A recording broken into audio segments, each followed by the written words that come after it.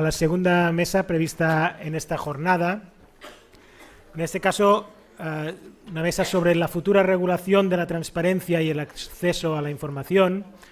Una mesa donde esperamos puedan confluir, por un lado, la posición de la Administración, también ver qué esperan los ciudadanos de una nueva ley de acceso y también donde vamos a aportar la visión desde un punto de vista institucional respecto al sistema de garantías previsto. Debo, en mi doble condición de moderador y ponente en esta mesa, debo empezar dando una mala y una buena noticia. La mala es que no podemos contar entre nosotros con Manuel Villoria por un problema de última hora, pero la buena noticia, o muy buena diría yo, es que vamos a contar con la presencia de Lluís Sanz, director de Sistemas de Información de Base y Cartografía del Instituto Municipal de Informática del Ayuntamiento de Barcelona, gran conocedor de la información, de la gestión de la información en el ámbito municipal y que nos va a transmitir de alguna manera desde su visión en el ayuntamiento qué pide, qué demanda el ciudadano de la administración. Vamos a contar también con la presencia de Nacho Alamillo, director general de Astrea. Pese a que en la actualidad, digamos, está trabajando en el sector privado, es un gran conocedor de la administración por su experiencia dentro de la administración catalana, también en su doble condición de miembro de la Comissió Nacional d'Accés, Avaluació y Tria de Documents. Por tanto, y sin más presentación, voy a pasar la palabra a Lluís Sanz para que nos exponga en aproximadamente unos 15 minutos su punto de vista.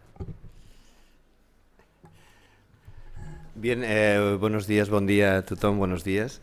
Primero agradecer la invitación, las palabras y espero también que me disculpéis si en algún momento el tema puede ir saltando, porque he procurado, pues como siempre, atender las peticiones de la agencia a la que desde hace muchos años también me encuentro vinculado y desde la opinión que yo pueda dar, contribuir a que el tema que hoy tenemos encima de la mesa pueda, digamos, ser más claro. He ido improvisando un poco bajo un título que desde luego no era el mío y creo que nos hubiera aportado seguro otra visión. Hoy yo no sé lo que iba a aportar el ponente anterior, pero mi idea un poco era hacerlo girar en torno a esto, ¿no? El concepto de Open Data y también de transparencia, que se ligan mucho y que tienen algunas sinergias, pero también tienen sus diferencias que me gustaría explicar, y seguramente la visión que de los ciudadanos tienen de uno y de otro y seguro que enlazamos con muchos de los aspectos que antes han ido saliendo. Yo también seré transparente, como Julián ha hecho antes, y lo que pasa es que todo lo que está tachado es que ya me lo habían ido diciendo y yo dije esto ya no, pero aún así, el hecho de que lo tengamos en electrónico, si alguien lo quiere compartir, yo con mucho gusto soy transparente y se lo envío por correo electrónico y se entienden mis notas, yo me las he escrito para mí. La idea que primero quería transmitir, y cuando Santiago me proponía si podía pues un poco completar esta mesa explicando el proyecto de Open Data y transparencia del Ayuntamiento de Barcelona, os contaré las premisas en las que nosotros nos basábamos. La primera es, lo que no está en Internet no está. Por lo tanto, asumíamos que puede haber muchas formas de transparencia, pero que en nuestro modelo solo cabía esta. La segunda es, pensando en la transparencia, si no se entiende, tampoco está. Y esto, quizás, esta frase es la que marca más clara la diferencia entre esos dos conceptos de transparencia y de Open Data. ¿En qué se basa el proyecto de Open Data? Porque yo no soy un experto en transparencia y otros compañeros del ayuntamiento que pues, no están aquí porque no estaba previsto que habláramos hoy, pero que procuraré enlazarlo desde el que yo sí que dirijo como responsable del área de información de base, que es el proyecto de Open Data. ¿Cuáles son las claves o los objetivos del proyecto de Barcelona? Y esto nos llevará un poco a la conexión con los ciudadanos. Dos, dejarme decir primero los políticamente correctos y luego diré los, podríamos decir, políticamente obligados. Los políticamente correctos es que el Open Data favorece la transparencia. Es evidente que si tú abres los datos de tu administración a Internet ya estás favoreciendo un muy buen canal de transparencia. Pero hay otros, y el segundo es fomentar el uso social de los datos y en particular de los datos públicos. ¿Por qué? Pues porque al final, que también lo ha dicho Julián y bueno, y Iñaki, yo creo que todos, veremos que aquí hay costes y estos costes en los momentos que vivimos se han de procurar de equilibrar, ¿no? Entonces, en este equilibrio, difícilmente conseguiremos que haya un interés por los datos si no fomentamos ya desde el propio uso social estos. Y el uso social debería empezar probablemente en las escuelas y conseguir que los proyectos de bachillerato de las escuelas públicas de una ciudad y, por supuesto, también de las concertadas y las privadas, porque son datos abiertos, pues un porcentaje alto se pudieran hacer sobre temas de datos abiertos de la propia ciudad y que los niños y niñas que podrían incluso, además, añadir sus propios datos abiertos de sus propias conclusiones de barrio, etcétera. Llegar a estos modelos de 2.0. Y con eso llegaríamos al tercer objetivo que pretendíamos con la abertura de datos, que es la participación ciudadana. Esto está clarísimo, gobierno abierto, hasta aquí lo políticamente correcto. Ahora lo políticamente obligado, y que en algunos foros cambio el orden y lo digo lo primero, que es que la información es un activo. Es el petróleo que la administración teníamos en unos campos metidos por ahí abajo y que no conseguíamos ni explotar nosotros ni dejar explotar a los demás. Y la información es un activo que tiene valor y que si damos libertad a la concesión de explotación de esos campos de petróleo, de esos activos, realmente hay muchos negocios, muchas actividades comerciales y empresariales que funcionan con esa materia prima que se llama información.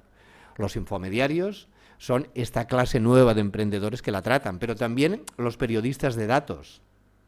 Yo creo que ya están empezando a plantearse en las escuelas de periodismo una cierta parte del currículum para llegar a explotar todo eso. Y, por supuesto, todos los investigadores y los que realizan estudios. Todo eso genera economía y puede generar economía. Y uno de los intereses del proyecto de protección de datos del ayuntamiento también es incentivar la actividad económica, como no, con la que está cayendo. Perdón. Y en este sentido, los datos abiertos pueden favorecer. Y pongo un ejemplo. Ayer estaba en un congreso en Euskadi de Ciudadanía Digital y estábamos pues en la misma mesa con el que ha hecho una de las aplicaciones para telefonía móvil que más se han descargado. No sé, ¿alguien conoce una aplicación para móviles que se llama El precio de la gasolina? Algunos dicen sí, yo no os haré levantar la mano, pero bueno, me vale con el sí.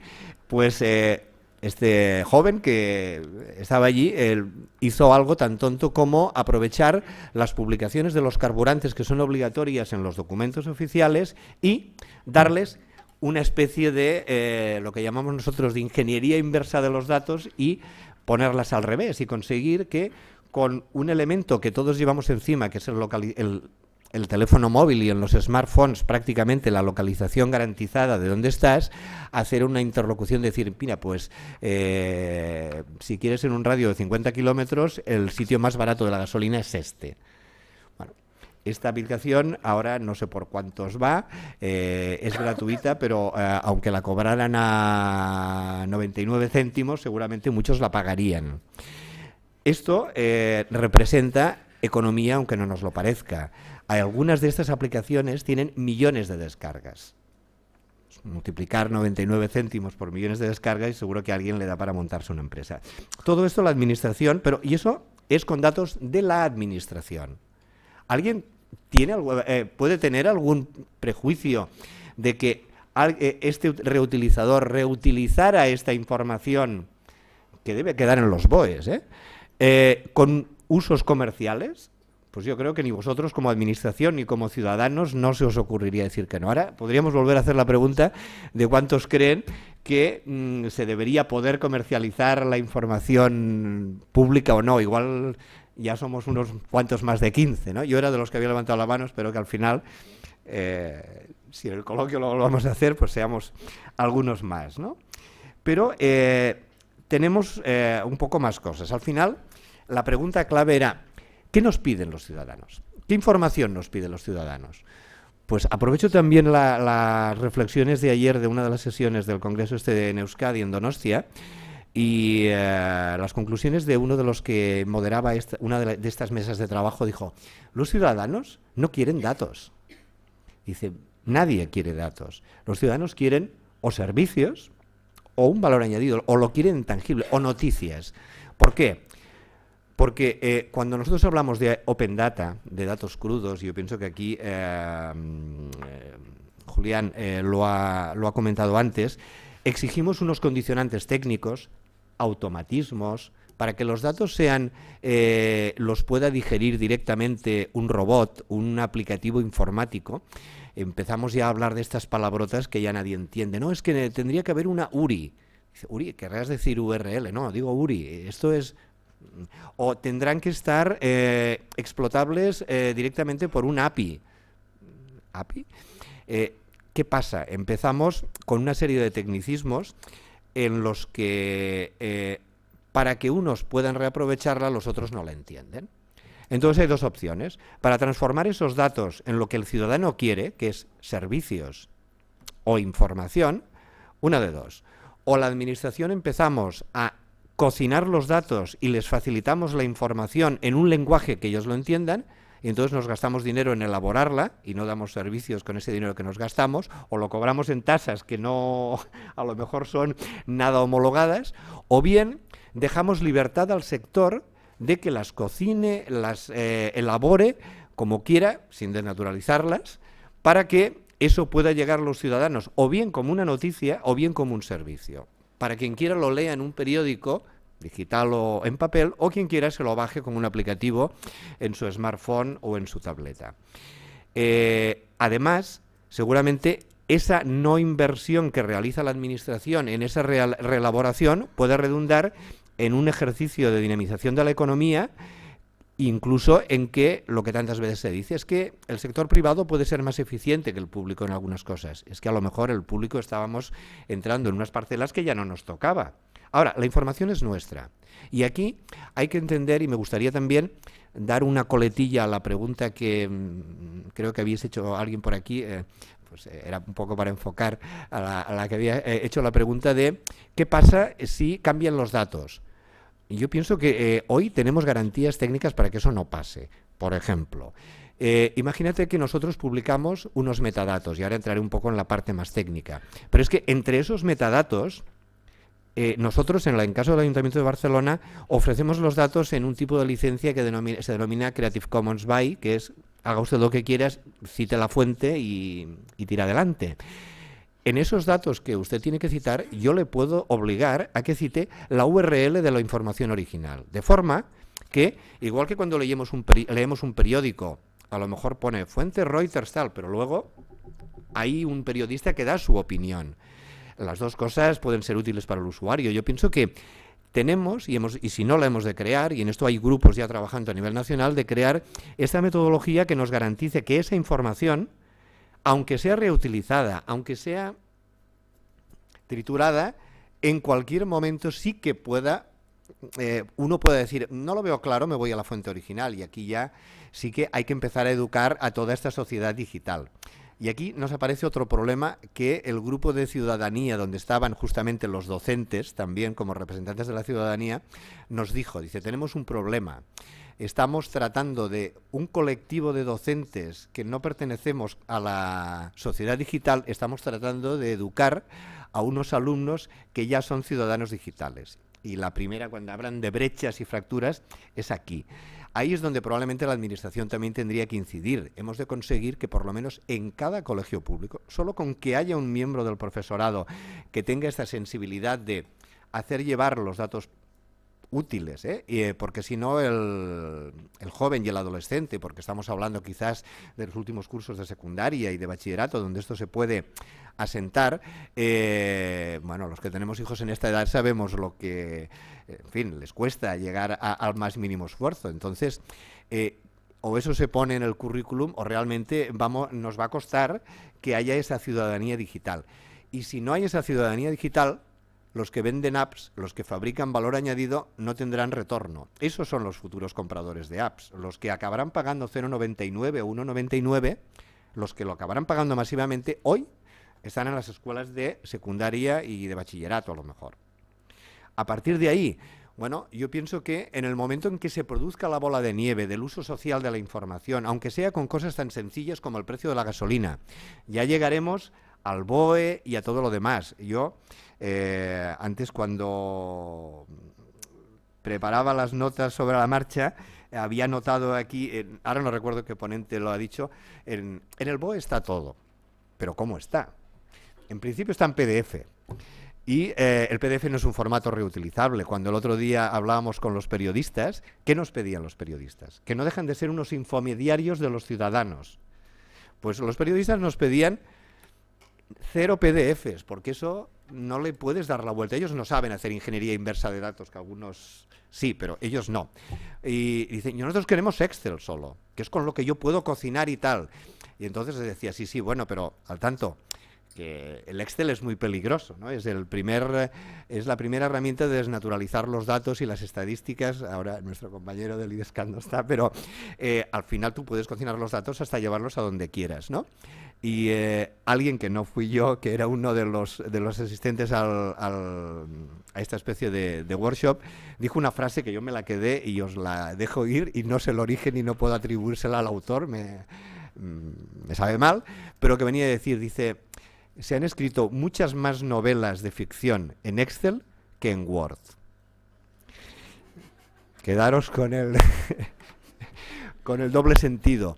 Pero aún así, aunque haya ese riesgo, efectivamente hemos de tratar de publicar los datos en formatos que luego puedan generar valor añadido. Entre otras cosas porque normalmente son los formatos que nosotros tenemos. La administración, si queremos no gastarnos dinero para publicar la información, la tenemos que publicar, como dicen los ingleses, as is, tal como está. Y tal como está, nosotros no escribimos en PDF, escribimos en Word. O no escribimos o no hacemos cálculos aquí sumando con la calculadora, lo hacemos con un Excel. Los presupuestos, toda la información económica, todo eso, en lugar de facilitarle directamente los pasteles de colores y tal, que queda muy bien la infografía, pues facilita los Excels o facilita la URL donde puedan llegar a esta información. Es más barato para la administración, es más provechoso para el infomediario y a la larga tiene que acabar siendo más útil también para el ciudadano. Porque el ciudadano efectivamente lo que pide es esto, ¿no? Yo no soy muy seguidor de Twitter, pero sí de otros personajes. No sé si Forges tiene Twitter, pero soy seguidor de Forges desde hace muchos años, el humorista que ha dado grandes visiones de la administración. Yo creo que junto con Quino en la versión argentina, Forges en nuestro estado del democrático y el predemocrático, que algo hizo también. Y recuerdo la única película que creo que ha hecho él, en la que, como no, aparecían funcionarios y personajes que luchaban contra la administración. Solo os cuento el último acto, donde ya después de todas las peripecias por la administración, el protagonista se suicida. La forma de suicidarse es la que... ¿Alguien ha visto la película? Porque la forma de suicidarse es lo que liga con lo del Open Data. Se suicida comiéndose 2 páginas del Boletín Oficial del Estado. En papel, entonces todavía versión papel. No creo que fuera por la indigestión de la tinta. En el BOE está todo, pero está en PDF y efectivamente para aquel que esté ansioso de transparencia, pues a lo mejor resulta que después de tratar de leerse un montón de páginas acaba haciendo lo mismo, ¿no? Yo pienso que esta dicotomía entre el dato crudo y el dato procesado es lo que diferencia el tema Open Data del tema transparencia. La transparencia ha de ser salvando todas las historias de lo que el profesor Guichot y alguno de los otros nos han dicho, que el artículo 10 de la Ley de Transparencia dice que sí, pero salvo que incluya esto, que vaya contra tal, que realmente me lo estaba mirando cuando lo iban diciendo y digo, pero si no vamos a poder hacer nada como se interprete al pie de la letra. O sea, yo pienso que hay que leerse este borrador de transparencia y darle alguna, por lo menos al artículo 10, miraros el artículo 10. Lo que sí que está claro es que hay voluntad de ir más allá. Yo, por lo menos, lo que veo en los foros dentro de la administración, y ayer estábamos desde los señores del gobierno vasco, que eran los que protagonizaban un poco la conferencia, pero estábamos de todas las regiones, de organismos tipo la CMT, otros de ministerios, y es que no había nadie. O sea, allí cuando preguntaban quién cree que, y todos éramos de la administración, los datos se tienen que abrir y que se puedan comercializar y tal, todos levantaban la mano.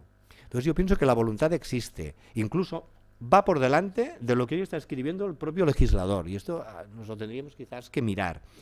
Entre otras cosas porque hay una parte económica detrás que no es despreciable.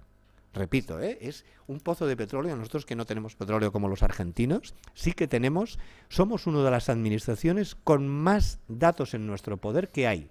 Nacho conoce muchas, por lo menos correlacionables, lo cual no quiere decir que esos datos correlacionables los tengas que poner todos en Internet. Aquí sí que a lo mejor muchas veces el dato solo lo puedes correlacionar con la identidad, eso solo lo podemos hacer la administración, pero la correlación sí que la podemos anonimizar y darla en forma de valor añadido. Business Intelligence, Datamars, todas las herramientas que tenemos para el propio control de gestión, ¿por qué no darlas a los ciudadanos para el control de gestión desde los ciudadanos?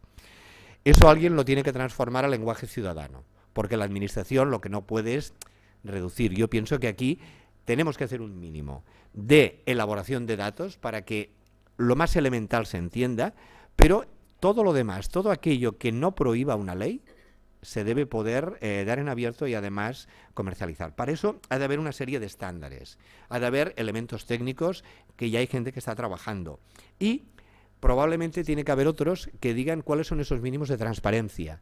Y aquí es curioso, yo en la ley no encuentro nada, porque es muy fácil decir, y de acuerdo a las competencias. Y luego las competencias, entender la legislación, yo siempre pongo el símil del urbanismo. El urbanismo, lo que la legislación es, un texto refundido, realmente un planeamiento urbanístico, como tenga mucho planeamiento derivado, es prácticamente imposible de saber qué le pasa a esta finca hoy. Pues con las leyes un poco yo creo que nos pasa lo mismo. Y aquí ha de haber alguien que empiece a aclarar esto. Por supuesto hay algunos organismos, no sé si son independientes, Transparencia Internacional, otros, que están generando unas prácticas que es una especie de encuesta, decir, con esto evaluaremos, dejadme ahora que de lo que entiendo es de los ayuntamientos, pues que los ayuntamientos sean transparentes. Y según este índice, Sant Cugat, Zaragoza, Puerto de Santa María, y no sé, dos más, creo que Gijón y no sé quién, están en el 100% de transparencia. Barcelona en el 88, como no sé cuánto, el otro en el tal. Esta numerización a veces también engaña, pero bueno, es un primer paso. Esto lo único que está haciendo a veces es que los ayuntamientos se preocupen más por aparecer con el 100% en ese ranking, que no por otras cosas que probablemente son más importantes. Yo creo que algo que sí es más importante es escuchar. Escuchar a la ciudadanía. Cuando la gente dice, ¿y qué le interesa a la ciudadanía? Que nos lo diga. Ponemos un canal y que nos diga la ciudadanía qué es lo que no vale es lo que ayer cuando nosotros decíamos a los que no eran a la administración, a los periodistas, a los infomediarios, a los periodistas les decíamos, ¿cuáles son las informaciones más importantes que vosotros creéis que tendríamos que priorizar para que ganemos al máximo en transparencia y no estemos por debajo de Turquía o Grecia, que creo que no lo estamos? Y decían, no, abrid todo. Es que todo es lo mismo que nada. Tendríamos que mirar qué dice el diccionario, pero igual todo y nada en algunos casos se parecen. Y cuesta concretar.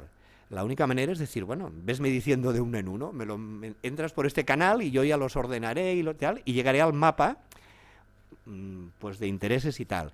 Ese mapa se está haciendo, está costando. Yo os animo a que lo uséis y que aquellos que penséis que necesitamos más transparencia, que digáis en qué, y desde los organismos que más o menos están generalizando esto, procurar llegar a hacer un primer mapa, un mapa mínimo. Solo si lo tenemos lo podremos calibrar y priorizar, porque si no corremos el riesgo de abrir a lo mejor cosas que no le interesa a nadie, pero que administrativamente tenemos muy fácil, y a lo mejor no ponemos el énfasis en otras que sí que son muy interesantes para la población. En Estados Unidos, por ejemplo, os quedaréis sorprendidos, el mundo anglosajón tiene mucha más tradición que nosotros de abrir los datos y de hacer temas que aquí los datos de criminalidad son los más consultados en el estado de Nueva York. O los de las escuelas, el éxito de las notas de los alumnos, pero escuela por escuela, no como aquí hacemos un ranking a nivel de Cataluña. No, aquí el éxito de entrada en la universidad en esta escuela es este, y en esta otra, este, y en otra. Y la gente, y esto aquí nos asustamos. Bueno, ese cambio cultural que se puede empezar desde las escuelas, no lo percibiremos si no nos lo empezáis a decir de una forma ordenada, y yo pienso que aquí las administraciones tenemos que contribuir, y repito, vuelvo al principio, uno de los objetivos del proyecto Open Data Barcelona, el uso social de los datos para que sea natural, que podamos decir las cosas, y entonces el principio de calidad también se relativiza, porque la gente empieza a tener criterio y puede llegar a comparar una cosa que le dicen aquí con aquella fuente original. Yo pienso que si conseguimos avanzar algo en esto, no vamos mal. Eso luego nos lo tenéis que decir vosotros, y espero haber dejado suficientes historias como para que haya preguntas interesantes. Gracias. Muy bien.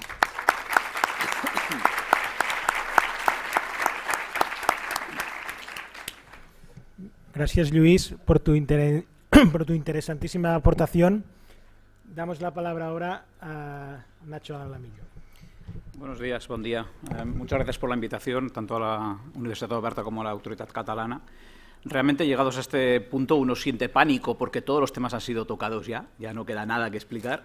Menos aún desde el título, las necesidades de las administraciones públicas, que creo que pues bueno, todavía no están ni siquiera enunciadas.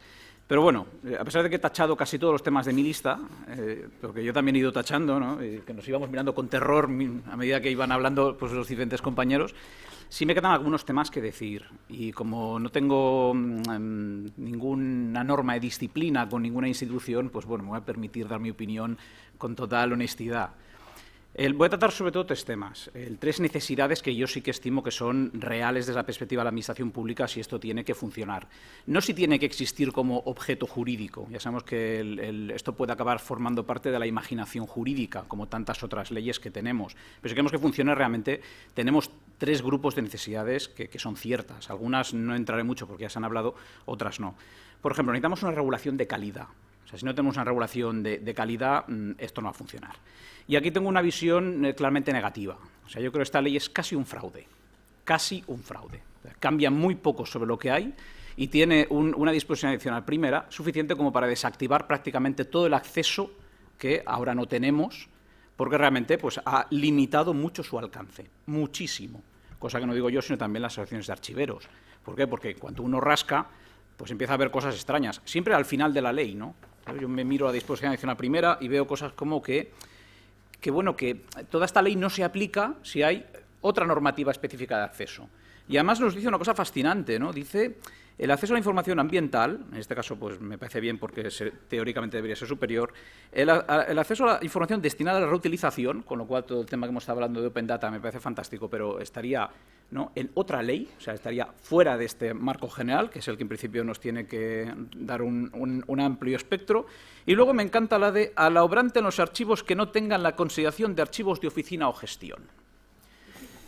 Bueno, ¿qué significa esto? Pues bueno, que solo estamos sujetando a esta norma los expedientes que están cerrados pero no han sido transferidos.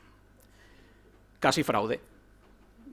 Sí, es una opinión fuerte, pero alguien tendría que mirarse la disposición adicional primera con mucho cuidado, porque si descolgamos todos los archivos históricos, todos, de esta norma, resulta que entonces hemos deslegalizado completamente la transparencia. Será esa otra normativa, que podría tener rango reglamentario, la que decida si hay algún acceso. Claro, yo entiendo que eso descuelga la Ley de Archivos y Documentos de Cataluña completamente del sistema y no creo que en la Comisión Nacional podamos avanzar mucho más. Siempre que, cuando, claro, se haga esta interpretación que es un poco estricta. O sea, yo obviamente estoy planteando un riesgo porque este texto no está aprobado y creo que es el momento de levantar la mano y decir, por favor, eliminen completamente la disposición adicional primera, no sea que al final no tengamos más acceso.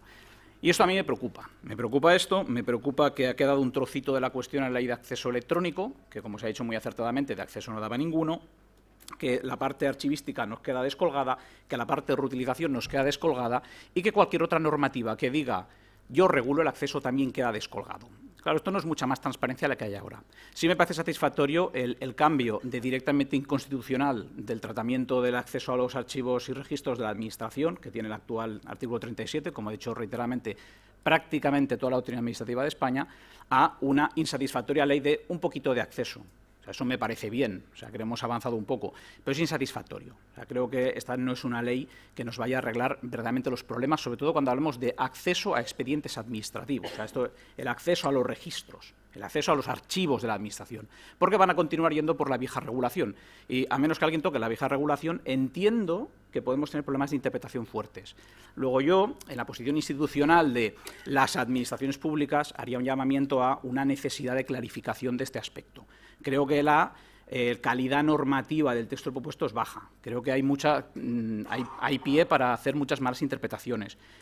Creo, por tanto, que puede generar inseguridad jurídica, porque habrá órganos que interpreten pro acceso y habrá órganos que interpretarán pro secreto. Y eso es bastante grave, porque teóricamente unas bases constitucionales de la norma es el principio de igualdad.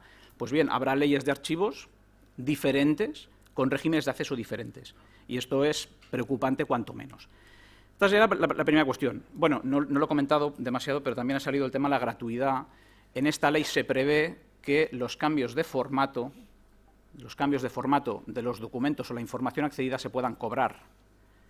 Claro, por lo que diré después, se me ocurre a mí que la regla general va a ser que haya un cambio de formato, un cambio de soporte, con lo cual parece que la regla general de esta ley puede ser el pago. Y eso también me preocupa. No creo que sea una buena idea el prever directamente que se pueda sujetar a una tasa que en su caso se establecerá, porque aquí no la establecen, por tanto, atentos al principio de jerarquía normativa y la necesidad de ley formal para establecer esta tasa, por el pago de la copia, a menos que nos vayamos a la tasa ya existente, con lo cual este tema también me preocupa. Pero bueno, esto no es lo que me preocupa más. Porque, en fin, en Cataluña tenemos una normativa bastante avanzada. O sea, después de la Ley 29 de 2010, por ejemplo, la sede electrónica tiene unos contenidos bastante importantes. O sea, no es una sede vacía de contenido como la de la Ley 11 de 2007, que solo tiene que tener el trámite de sugerencias. En Cataluña las sedes tienen que tener un contenido fuerte. Por tanto, esta ley nos va a aportar mucho. No me preocupa tampoco, como digo, el acceso al archivo de gestión.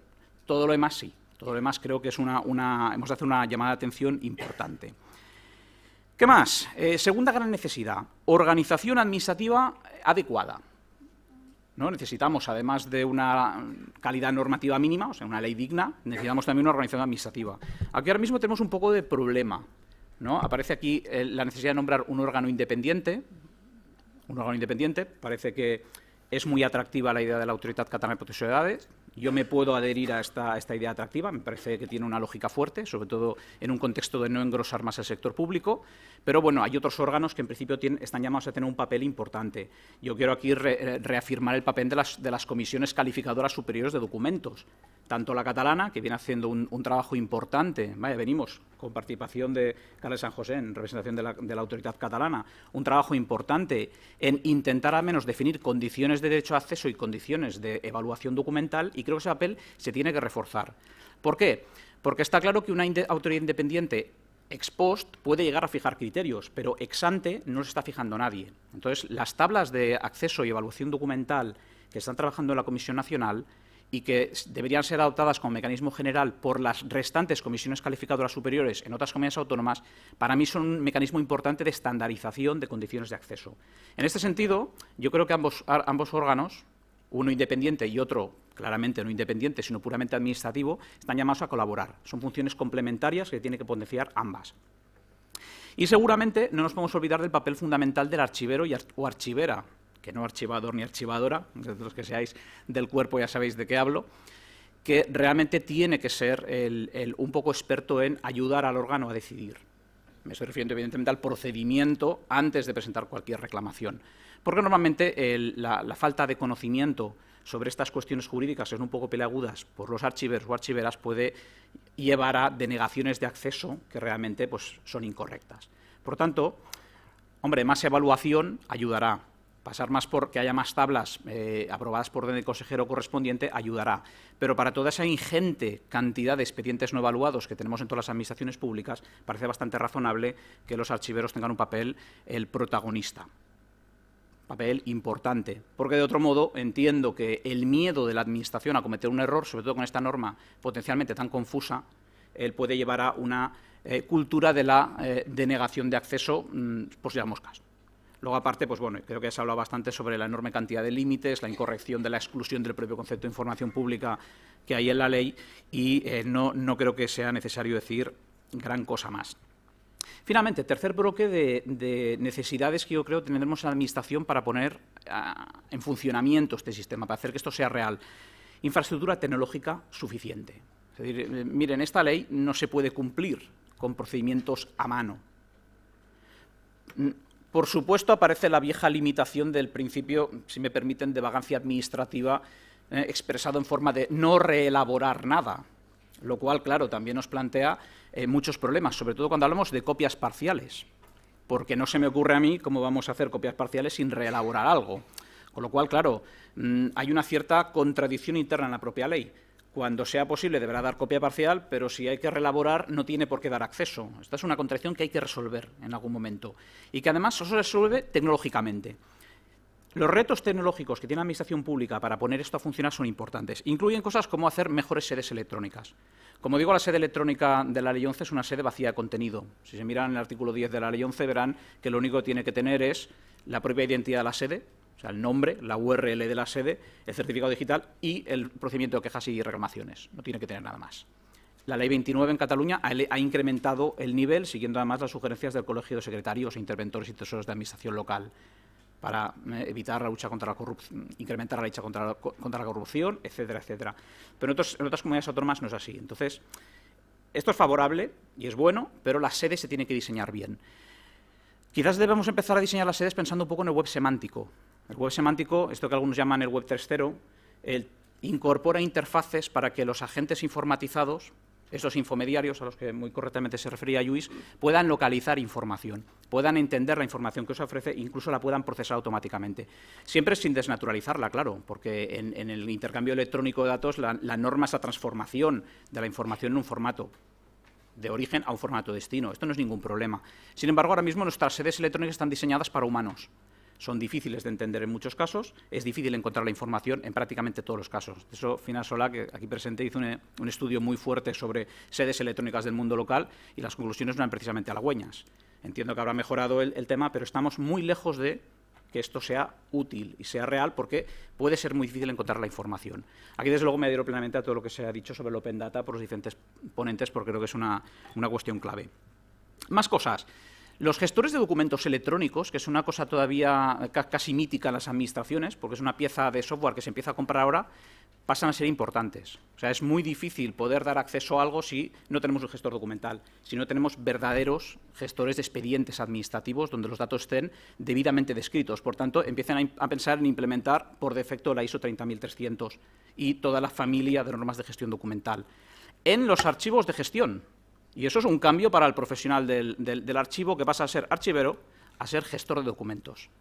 Esto tiene un impacto muy fuerte para las administraciones públicas. Una administración pública no tenga un gestor documental en regla, no va a poder cumplir con esta norma. Aunque tengamos superada la barrera del OPD, que es quizás la valoración positiva mayor que yo hago de la norma, que mejora un poco el régimen de acceso, porque antes era prácticamente nulo y ahora hay algún régimen, aunque sea supervisado, lo cierto es que si no tenemos la gestión documental implantada, no vamos a poder. Porque sencillamente no vamos a poder encontrar los documentos en el sistema de gestión, que son muy datacéntricos, están muy orientados a hacer flujos de trabajo concretos. Por tanto, hay una relación muy fuerte entre acceso en esta ley, no solo en la ley patrimonial, en la ley de archivos y documentos, no solo en la visión histórica, sino también de conservación permanente o de fase semiactiva, sino sobre todo en fase activa, que es de lo que estamos hablando en este caso. Y eso se tiene que provisionar, porque eso no existe. No podemos decir que en el 100% de las administraciones eso está implantado. Falta bastante. ¿Qué más?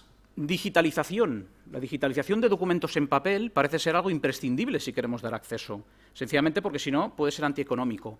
Ese es otro proceso que es prometedor, empieza a funcionar. En la Comisión Nacional hicimos un acuerdo, además, para que no hubiera problemas legales, no hubiera ninguna pieza regulatoria que faltase para poder obtener copias digitalizadas con valor de original, pero se tiene que implantar. Por tanto, atentos a la captura de documentos en papel en esos gestores documentales de fase activa, porque tienen que tener digitalización.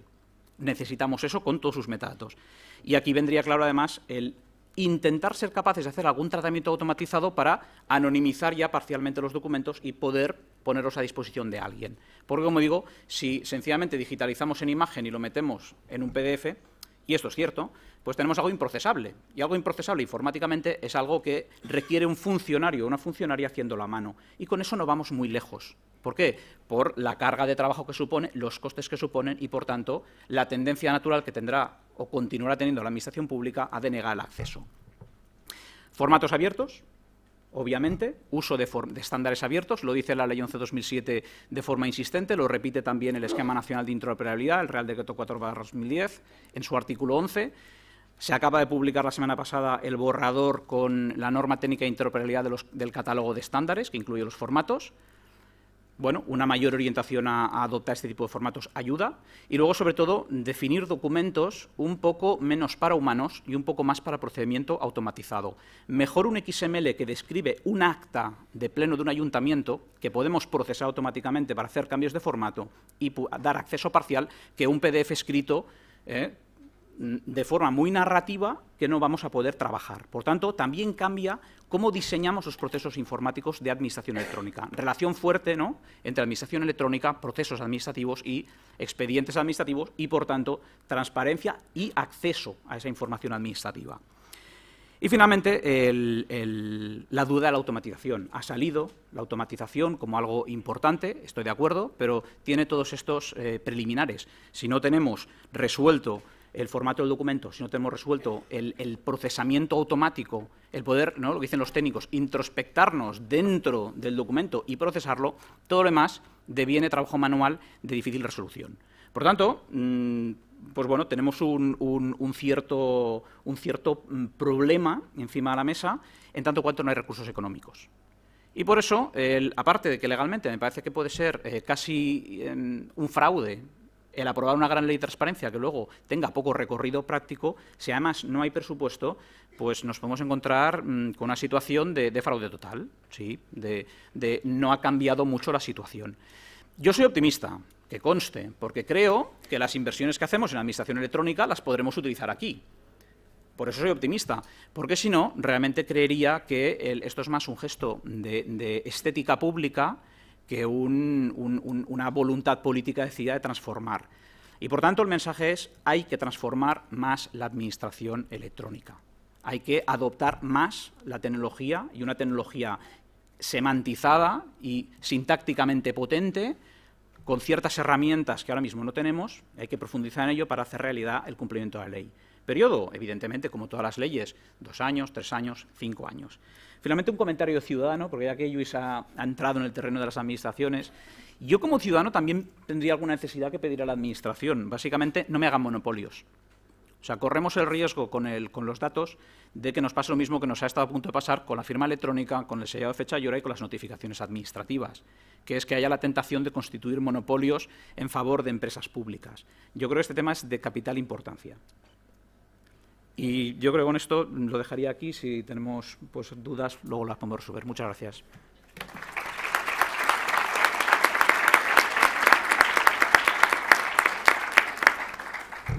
Muchas gracias, Nacho. Y ahora, para concluir esta mesa, y haciendo bueno el dicho ese de catalán de al darrer tot o res, me toca a mí hablar de lo que queda o si acaso opinar de lo que ya se ha dicho. Voy a quizás a prescindir de mi condición de moderador y quizás voy a jugar el papel más de provocador, porque hay un cierto consenso, creo, a todos los niveles, en que uno de los elementos clave de una ley de acceso a la información moderna, efectiva, es la no necesidad de justificar por qué se pide la información. Esto estaría directamente vinculado con esa acreditación del interés legítimo que pide el artículo 37.3 de nuestra actual ley. Parecería que una ley que realmente suprima este requisito es una ley moderna que va a solucionar nuestros problemas. Personalmente creo que no es así. Y voy a poner 3 ejemplos y luego voy a decir cuál es, a mi entender, la clave para que una ley de acceso a la información, de transparencia, sea realmente eficaz. Si miramos el actual artículo 37 de la Ley 3092, 37.1, no exige ninguna acreditación, ninguna justificación de por qué se accede a la información. No se exige en el 37.1, que en principio es la regla general. Todos sabemos el resultado de la aplicación práctica del artículo 37. No me atrevo a calificarla precisamente como exitosa, tampoco como inconstitucional, como apuntaba Nacho, pero como mínimo no es la mejor de las experiencias posibles. Pero incluso en algún ámbito donde la jurisprudencia ha sido especialmente insistente en esa necesidad de no tener que justificar por qué se quiere acceder a la información, y estoy pensando en el caso del acceso de los concejales o parlamentarios a la información que necesitan para el ejercicio de sus cargos, en el cargo de los concejales, información en poder del propio ayuntamiento, el Tribunal Supremo ha dicho reiteradamente que no es necesario justificar por qué se quiere esa información. Pero pese a ello, hoy sigue ese siendo un ámbito tremendamente problemático, y cualquiera de ustedes que tenga experiencia como concejal en la oposición de un ayuntamiento puede corroborar esa afirmación. Las consultas que nos llegan a la Autoridad de Protección de Datos ciertamente no nos lo confirman. Pero incluso hay un tercer elemento que creo que evidencia lo peligroso de ese planteamiento. Es decir, como no tengo que justificar, lo pido y me quedo tan tranquilo. Porque ese es un planteamiento que creo que está envenenado. Y voy a poner un ejemplo concreto de una sentencia que seguramente ya han oído hablar de ella. La sentencia del Tribunal de Justicia de la Unión Europea en el caso Bavarian Lager. Un caso en que una empresa cervecera alemana pide a la Comisión Europea acceso a las actas de unas reuniones de una comisión. La comisión le entrega esas actas, pero con la minimización de las personas que asistieron a esas reuniones.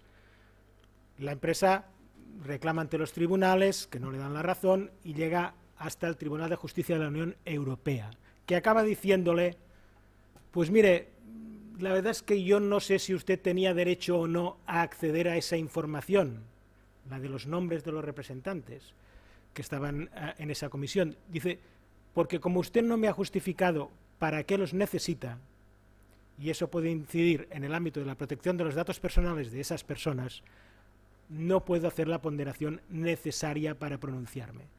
Posiblemente, si esa empresa hubiese justificado su intención de acceder a la información, la respuesta del tribunal no hubiera podido ser la misma. ¿Qué quiero decir con esto? No quiero decir que esté disconforme con la regulación que hace el nuevo proyecto o anteproyecto de ley de esta cuestión, que dice una cosa absolutamente sensata, que es nadie está obligado a justificar por qué pide una determinada información. Y esa no justificación no puede ser por sí sola un motivo de inadmisión de esa solicitud. Totalmente de acuerdo. Pero digo, ese planteamiento puede acabar devolviéndonos un efecto envenenado. ¿Cuál es, a mi entender, el punto clave para que una nueva ley de acceso a la información sea realmente efectiva? Pues, a mi entender, habría dos. Uno sobre el que creo que no hace falta discutir mucho, que es el acceso a la información es caro. habrá que invertir, habrá que diseñar circuitos, lo apuntaba muy bien Nacho Alamillo, tenemos que trabajar de otra manera. Pero luego hay uno que yo entiendo que sí que es el fundamental, que es el sistema de garantías. Cualquier sistema de acceso a la información, por perfecto que sea, si no tiene detrás un sistema de garantías realmente eficaz, va a quedar en la ley, va a quedar en papel mojado. Cualquier ciudadano que deba buscarse un abogado, que deba sufrir un proceso judicial, ir al juzgado de lo contencioso para pedir una determinada información, está abocado al fracaso. No solo porque solo tiene un coste, sino porque el tiempo hace que el interés en esa información haya desaparecido completamente. Dentro de 2, 3, 4 años, ¿qué interés va a tener acceder a esa información? Seguramente muy poco.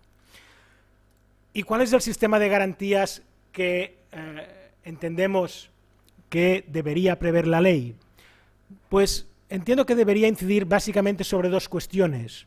Una, prever un buen sistema de reclamaciones, y el segundo, una garantía institucional del derecho. Quizás habría un tercero que se ha planteado en alguno de los proyectos de ley. Yo personalmente creo que no, que es la existencia de un régimen sancionador. No creo que este sea un pilar fundamental en este tema. Si acaso, al final, podemos hablar de este tercer punto. Digo, un sistema de reclamaciones realmente eficaz. Hemos visto que los sucesivos borradores de anteproyectos han hecho una evolución. El borrador que presentó inicialmente el gobierno socialista preveía un sistema de reclamación ante la Agencia Española de Protección de Datos como sistema sustitutivo de recursos administrativos. Luego desapareció esa reclamación ante la Agencia Española y se volvía a un sistema de recursos administrativos. La proposición de ley que presentó el Partido Popular en agosto de 2011 preveía también un sistema de recursos administrativos, en este caso con un informe vinculante de la Agencia Española de Protección de Datos en aquellos casos en que el motivo de la denegación hubiera sido por razón de la normativa de protección de datos personales. Y finalmente, el borrador de anteproyecto que ha visto la luz en el mes de marzo de 2012, lo que prevé es un sistema basado primero en recursos administrativos ante el órgano que ha denegado el acceso a la información y a continuación una reclamación ante una agencia estatal. En el caso de la autoridad de las administraciones autonómicas dice una administración independiente que designe la propia comunidad autónoma. Creo que ninguna de estas soluciones, o como mínimo la última de ellas, no es totalmente satisfactoria. Por dos motivos. En primer lugar, lo apuntaba Emilio antes, la solución de la reclamación ante una agencia estatal no cumple con el requisito exigido por el convenio del Consejo de Europa del año 2009. No se trata de una administración independiente, por tanto, no parece que nos sirva. Pero además, esa reclamación se superpone al recurso administrativo, lo cual quiere decir que el ciudadano, en aquellos casos en que proceda el recurso de alzada, deberá agotar la vía administrativa y luego ir a esa reclamación antes de ir a la vía judicial. No creo que ese debe ser el planteamiento. Desde mi punto de vista, el planteamiento debería ser una reclamación sustitutoria de los recursos administrativos, aprovechando las posibilidades que ofrece la propia Ley 3092 de establecer medios alternativos para la resolución de conflictos. Y en concreto, estoy pensando en un sistema basado en la mediación. Y no es, digamos, una idea que se me haya ocurrido a mí. Es un sistema que está implantado en otros países, está implantado en Suiza, está implantado en algunas provincias en Canadá. ¿Cuáles son las ventajas de un sistema de mediación? Pues yo creo que es especialmente adecuado para dos supuestos. Primero, para ese supuesto que planteaba anteriormente. Es decir, el ciudadano pide una información sin justificar para qué la necesita. la Administración se la deniega. Quien debe resolver la reclamación debe tener suficiente margen como para que quien pedía la información y ha visto denegadas sus expectativas exponga realmente cuáles son sus argumentos para solicitar esa información o para exponer todo el amplio abanico de derechos que pueden resultar afectados en esa decisión. Y es especialmente indicado también para aquellos casos en que pretenda darse un acceso parcial, posibilidad prevista en el Convenio de Europa y también en otras leyes. Porque muchas veces la negociación sobre lo que es realmente interesante y lo que no lo es va a permitir encontrar soluciones satisfactorias para todas las partes. En este tema, lo apuntaba muy bien Carles San José, no hay blancos ni negros, hay muchos grises. Y un procedimiento de mediación donde inicialmente las partes puedan ponerse de acuerdo y en su caso con la intervención también de las personas afectadas, creo que puede ser una buena solución. Siempre, claro está, respaldado por una resolución ejecutiva por parte de la autoridad independiente que deba resolver esa reclamación en el caso que las partes no consigan llegar a una solución satisfactoria. Ese sistema de reclamación, digo, debe ir acompañado de una garantía institucional, que es el reconocimiento de una autoridad independiente que reúna como mínimo dos requisitos. Uno, la independencia, ese incuestionable. Otro, la especialización. Ha de tratarse de una autoridad especializada en acceso a la información. Y ciertamente, como se ha expuesto ya, existen en el mundo básicamente dos modelos.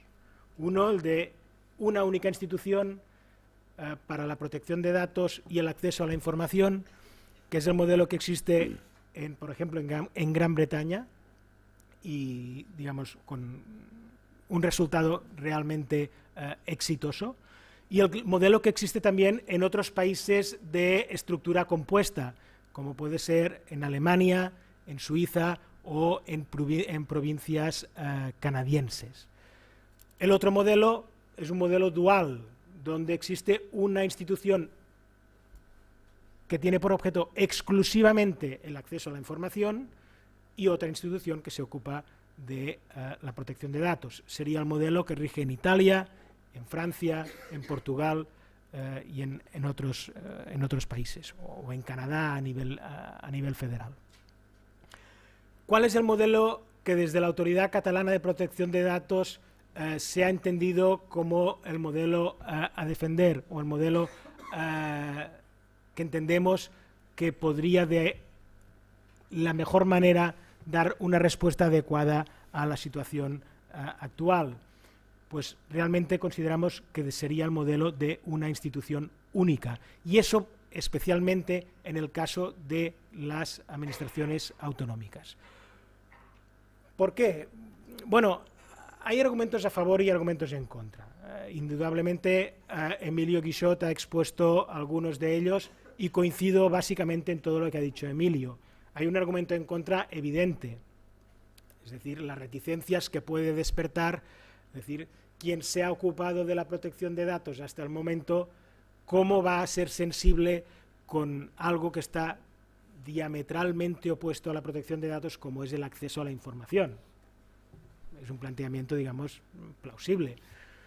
Sin embargo, creo que hay argumentos para cuestionarlo. En primer lugar, ya digo, la experiencia comparada de estados donde esto funciona fantásticamente bien.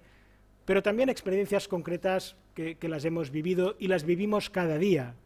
La mayor parte de las consultas que nos llegan en la asesoría jurídica de la Autoridad de Protección de Datos son consultas sobre acceso a la información, en la que las administraciones nos piden que nos pronunciemos si determinada información se puede facilitar a los ciudadanos, sea a través de la web, sea a través de peticiones individualizadas. En expedientes, incluso sancionadores, nos encontramos con el mismo problema. Y os diré, Carles ha expuesto un ejemplo donde la Autoridad de Protección de Datos, digamos, asumía una posición mucho más pro acceso a la información que la sostenida por la Administración. O el caso que os exponía antes de Bavarian Lager.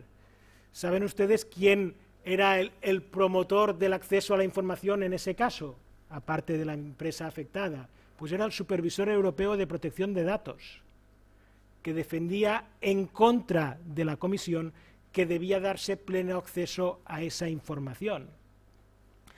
Hay, pues, argumentos en este sentido. Pero lo que sí está claro es que hay muchos argumentos a favor de la solución propuesta. Aparte del derecho comparado, uno evidente es la coincidencia en el ámbito de actuación de la autoridad respecto también el ámbito de actuación de lo que sería el acceso a la información, la simplificación administrativa, digamos que la situación presupuestaria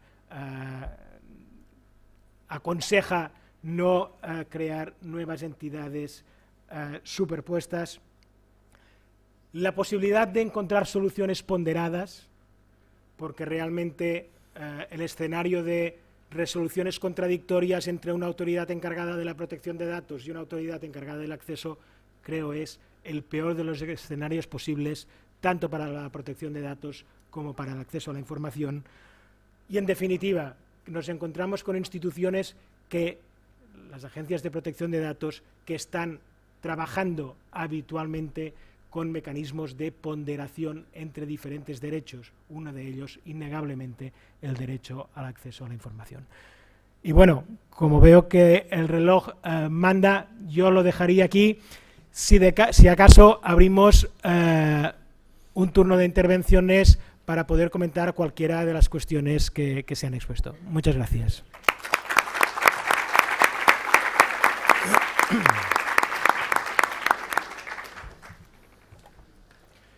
No sé si hay alguna palabra.